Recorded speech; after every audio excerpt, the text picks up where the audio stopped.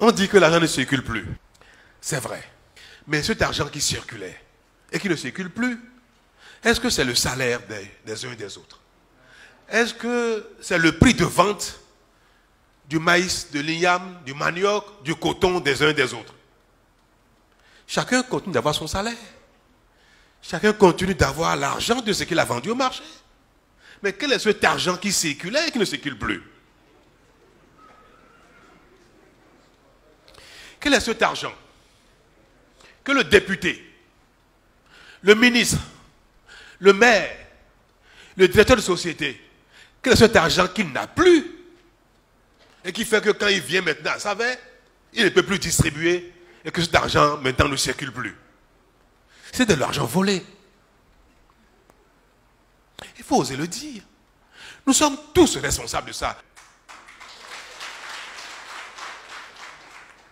Mais si nous faisons mal quelque chose et que nous passons toute notre vie, génération après génération, à faire la même chose, quelques-uns vont s'enrichir, comme des députés.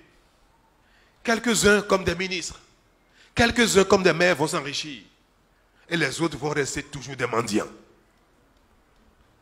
Le péché que nous avons commis tous ensemble a construit un pays de mendiants. A construit un pays où les impôts que chacun paye.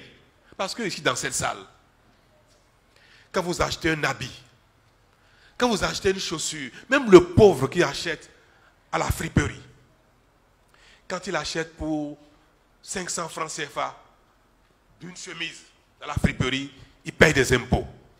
Cet impôt-là, c'est ça que chacun des élites, des responsables détourne pour jouer les riches.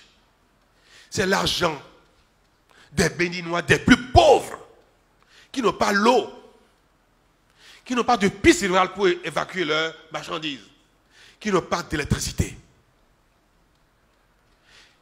qui ne peuvent pas aller se soigner dans un hôpital quand ils sont malades. Et ceux-là, pourtant, malgré leur pauvreté, ils payent des impôts. C'est leur argent qui circulait, mais qui ne leur rendait pas service, qui ne leur rendait aucun service. Si nous faisons l'effort, que chacun se contente de ce qu'il gagne, ça va durer 5 ans, 10 ans, 15 ans, peut-être même 20 ans. Mais au bout et très vite, les enfants du Bénin, les uns après les autres, vont se suffire. Un pays peut se développer si chacun fait correctement ce qu'il a à faire, s'il est un bon citoyen et que les impôts que vous payez soient utilisés pour faire les routes, les écoles, les hôpitaux, sans détournement. C'est ce qu'on demande à un chef. On ne demande pas à un chef de faire des miracles. Le miracle, c'est chacun de nous qui le faisons. Ce n'est pas le travail d'une génération, ce n'est pas le travail d'un mandat. Mais si on ne commence pas un jour, on n'y arrivera jamais. Et j'ai décidé de commencer.